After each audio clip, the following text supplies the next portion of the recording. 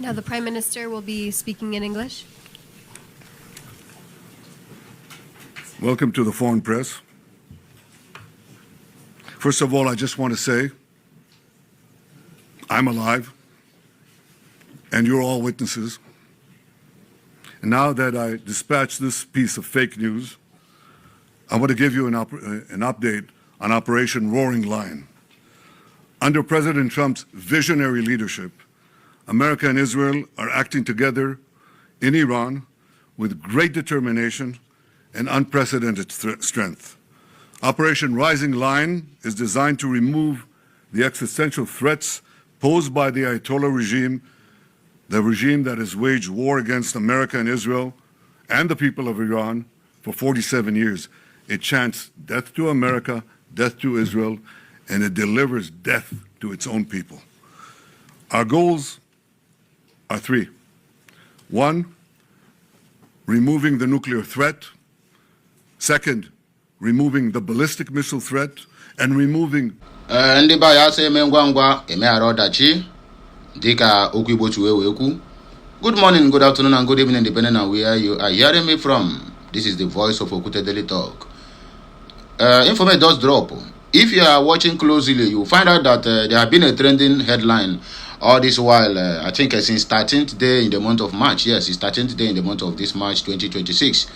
It has been, Benjamin Netanyahu is dead. Just like a small clip you just finished watching. I just cut out that clip. But you are going to listen to the rest of the video as we move forward. I am alive. Benjamin Netanyahu holds a press conference to tell the whole world that I am alive. Even to the extent, Oga Trump, you know his name now, Obuefi, maybe say more, maybe say beg.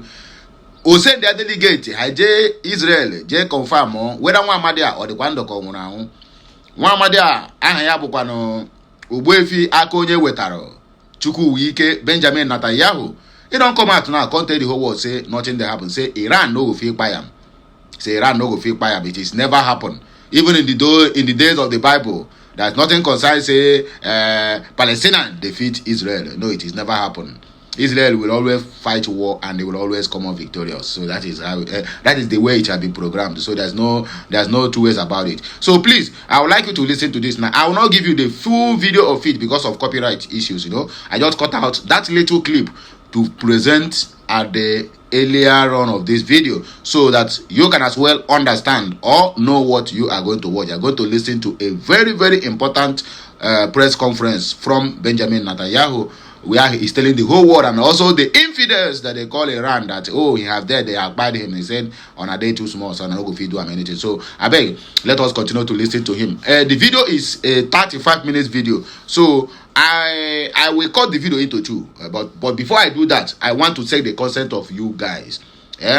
If you watch this video now and you get to a point where we say you need to continue it, maybe I cut out the video because the video is too long, and you want to watch the second part of it, please comment on this video. Just comment, Okute, we need the continuation. If you really want to enjoy the full briefing of the press from Uwefi Chuku Wike, Akonye Wetaro, Benjamin Netanyahu, if you want to enjoy the full video, not watch it half, then please comment on this very particular one. This was supposed to be the part 1. So the part 2 is going to continue because the video is around for something minutes. So I cannot just give it long. It will be boring for you to watch. But we are going to make it 1 and 2. So if you want the part 2, after this one, you just finish watch. Please comment. The comment that came from this video depends. And it's going to determine whether we are going to bring the part 2 or not. I don't want to bore you with one single video. You're going to watch it, and you'll be claiming your data have finished. So please, if you want the continuation, the part 2 of it, when you watch this one finish, comment, Okute, please give us the part 2, and I will bring the part 2. If there's no any comment of such, then there's no need to do that. We are going to jump into another program. I just want to get your consent first before any other thing. So please, let us listen to Obuefi, Mazi, Chuku Wike, Benjamin Netanyahu, Obuefi, Akonye Wetaro.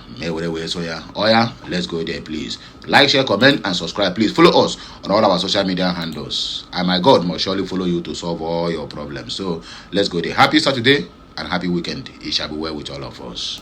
The Prime Minister will be speaking in English. Welcome to the Foreign Press. First of all, I just want to say, I'm alive, and you're all witnesses. And now that I dispatched this piece of fake news, I want to give you an update on Operation Roaring Lion. Under President Trump's visionary leadership, America and Israel are acting together in Iran with great determination and unprecedented strength.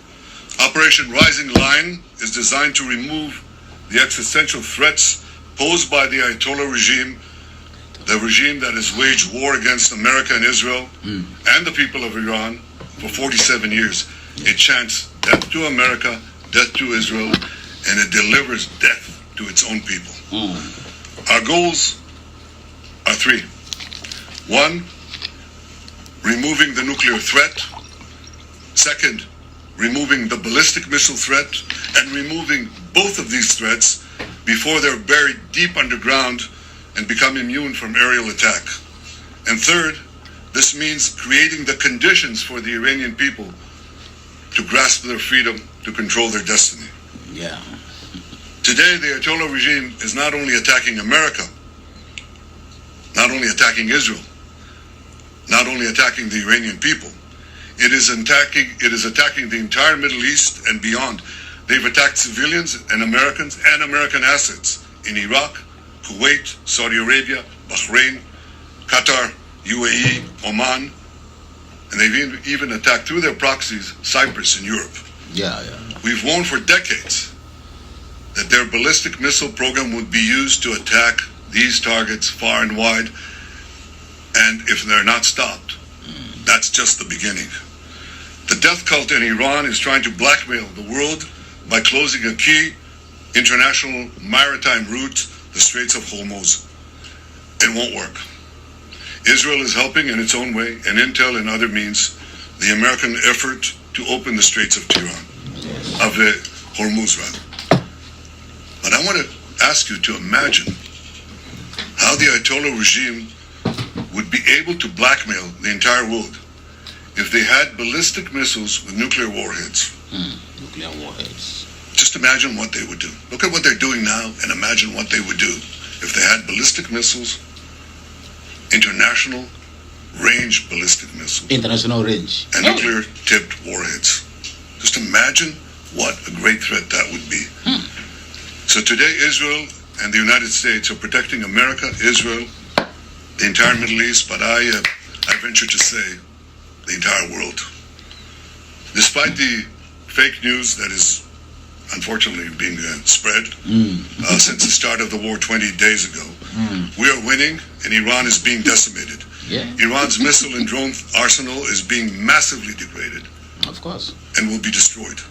Hundreds of their launchers have been destroyed. Their stockpiles of missiles are being hit hard, and so are the industries that produce them. That's important. Yeah. In Rising Line, we destroyed missiles, and we destroyed a lot of the nuclear infrastructure.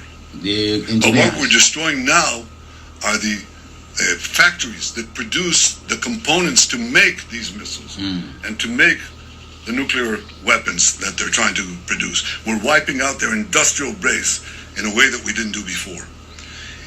Iran's air defenses have been rendered useless. Their navy is lying at the bottom of the sea. Today we hit the other part of their navy in the Caspian Sea. Their air force is nearly destroyed. Iran's command and control structure is in utter chaos. And I can tell you that there's still more work to do, and we're going to do it. And I want to close these opening remarks with one other fake news, and that is that Israel somehow dragged the U.S. into a conflict with Iran. Does anyone really think that someone can tell President Trump what to do? What to do? Come on. Come on. President Trump always makes his decisions on what he thinks is good for America. And what is right. And may I add, I think what is also good for future generations. Of course. In this case, those interests are absolutely clear, and so is the clarity of our achievements. Together in close coordination with President Trump, the close coordination between America and Israel, our militaries, our intelligence services, we're achieving goals in lightning speed. Wow. But I want to say another word. It's been said that for 40 years, I've been saying that Iran is a danger to Israel and a danger to the world.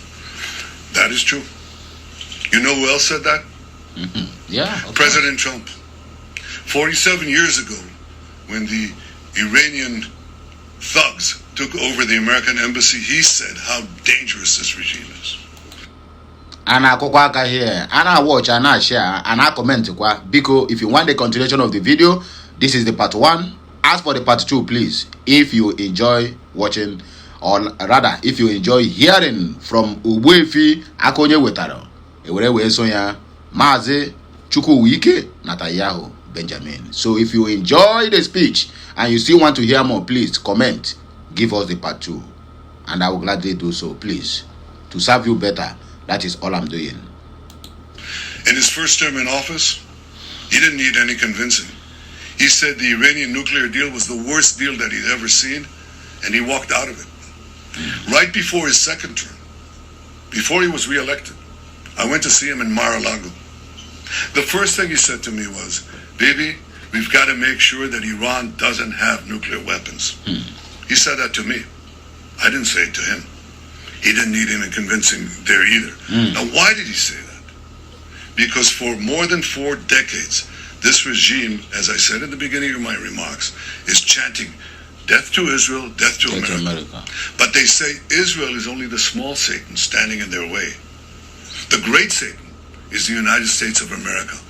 And these ideological fanatics, these lunatics, define their raison d'etre, their reason for being, is wiping out Western civilization in America that leads it. They have claimed the lives, they've maimed and wounded thousands of Americans in Iraq and Afghanistan. They killed the American Marines in Beirut. They bombed your embassies. They tried to assassinate the American president, Donald Trump, not once, but twice. Now they blackmail for oil.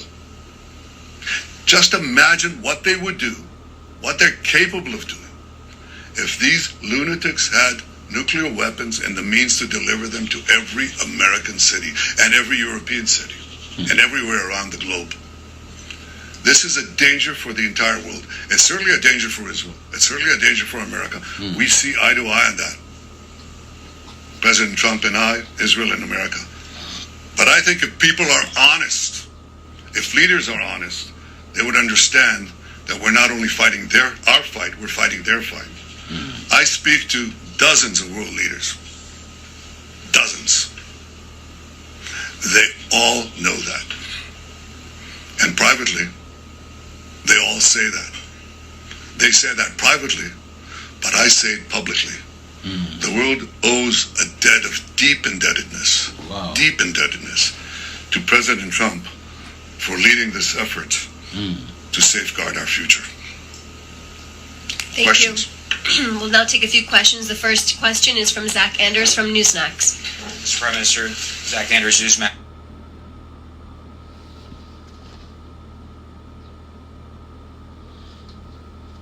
It's like there's a break in transmission. Somebody is asking a question.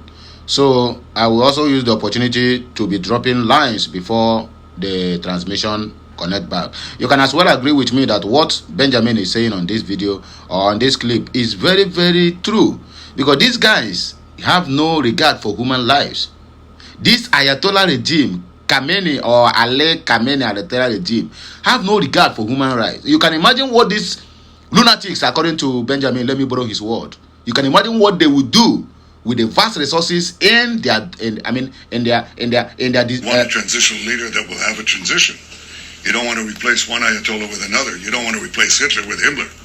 So I think the question is, will the conditions be created? It's like they muted the question. You understand me? Because some questions might come the way you might not like it, so they have to be muted because of security reasons. Don't forget, the war they are fighting, Iran, Israel and America, the war they are fighting is war of supremacy. Who is going to take charge?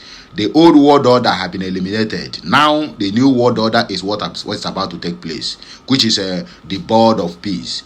That old world order of Ali Khamenei of Iran, that evil regime, have been wiped out completely. You can imagine every president of United States of America, except Donald Trump, is paying homage to Ali Khamenei. That man is he must be the most powerful being on earth, to surpass even the presidents of America. Ali Khamenei is the most powerful being on earth to surpass the president of America. America is the world power, right? But Iran said no, they are the world power. And Ali Khamenei is the world power. Oh, the whole president. Obama gave him 1.something billion. Biden gave him another 6.something or $7 billion. For what? For free of charge. For him not to be bombing the American allies or American interests in the Middle East. Just to plead with him. But Trump came the second time and said, this man, you need to go to heaven. This war had been prepared for 7 years ago. And they have already put everything in place to make sure that they decimate this evil regime. So please, let us continue. I am sorry if I have taken much of your time. For such a change, I think it's too early to say. And I think in the final account, as I said, it's up to the Iranian people to show that, to choose the moment and to rise to the moment. We can create the conditions, but they have to, they have to exploit those conditions at a certain point. It is often said that you can't do revolutions from the air. That is true. Mm-hmm. You can't do it only from the air. You can do a lot of things from the air, and we're doing, but there has to be a ground component as well. There are many possibilities for this ground component, and I take the liberty of not sharing with you all those possibilities. Would you recognize Pahlavi if the people keep chanting for him in the streets? Well, I'm not going to say who specifically is going to be there, but I think he's been a force for good. He's been trying to get the people to unite for a transitional government, a democratic transitional government, or a moderate transitional government. I hope that it comes to being. I think it's too early to say. Next question from Richard Engel from NBC News. Good to see you again. Okay, another question is being thrown. That is how we are going to be managing it because of some certain reasons. So the question has been posed, and the president, or rather the prime minister, will take the question and continue with it. So each time the thing is being mute, you hear my voice, and when they continue to speak, I will go what? Well, I think we have concrete goals, how to do it, how to end it. We want to, as I said, decimate the ballistic missile program, which we're doing, decimate the nuclear program, which we're doing. I think that those are goals that are achievable, but I'm not going to put a schedule or a stopwatch on it. I think we have goals that have to be achieved, and we're not counting the days. But I will say this canard that we dragged the United States into it is not just a canard. It's ridiculous. It's just ridiculous. I mean, I think President Trump said it best, and I said it as well many times. There's always a danger in acting. But in conditions of existential threats, there's a much greater danger in not acting. What do you think would have happened if America did not act now? Just imagine what would have happened. In a few months' time, no more than a year, Khamenei, still alive, would have ordered the beginnings of the new nuclear program and the reconstructed ballistic missile program to move underground. Now, it'll take them a little time, maybe a few years, but you can't reach those programs. And they develop intercontinental ballistic missiles, okay? That means missiles that can hit Chicago and New York and Florida and Texas and California. Oh, but they don't have it yet. That's what people said. Right, let's wait. No, just let them do it, Just wait and let them do it. You won't be able to do it. It's the last moment. No, it takes a little time. I mean, you had a few months to prevent them from doing it and to just decimate these industries and perhaps achieve this transitional government in Iran. So you'd sit back and you say, well, it's not going to happen in the next Thursday, so let's not act. I tell you that there's enormous risk in not acting, much greater risk than acting. And if you think that the oil markets are in trouble today, think of Iran with nuclear weapons and the means to deliver them. And then think of the blackmail that you would endure. didn't exactly ask for her. Okay, we're going to go to the next question. No, I think it's only fair enough. This is a serious subject. What is the question? One question. Yeah, go ahead. Go ahead. Go ahead, ask. There are oil fields around the world that are burning. Gas prices are going up. The war is popular here in Israel, is not popular with many Americans. My question was, how do you see this ending? Not why, not even when. What do you imagine the day after? Well, we have achievable goals, and I'm not going to speak about the full battle plans that we have with the United States. We're well coordinated with them. I will say this, that once we achieve our goals, then I have argued, I think, and Americans understand this very well, because we're real partners. I think that what has to be done is to have alternative routes. Instead of going through the choke points of the Hormuz Straits and the Bab el-Mandeb Straits, in order to have the flow of oil, just have oil pipelines, gas pipelines, going west through the Arabian Peninsula, right up to Israel, right up to our Mediterranean ports, and you've just done away with the choke points forever. That is definitely possible. So I see that as a real change that will follow this war. But I also see this war ending a lot faster than people think. I think you have to, in war, you have to grit your teeth.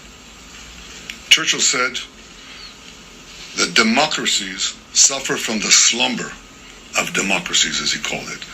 And they only wake up, he said, they may wake up, only when they hear the gong, the jarring gong of danger, is the way he put it. Well, you're hearing the jarring gong of danger. The jarring gong of danger is Iran gets nuclear weapons and ballistic missiles.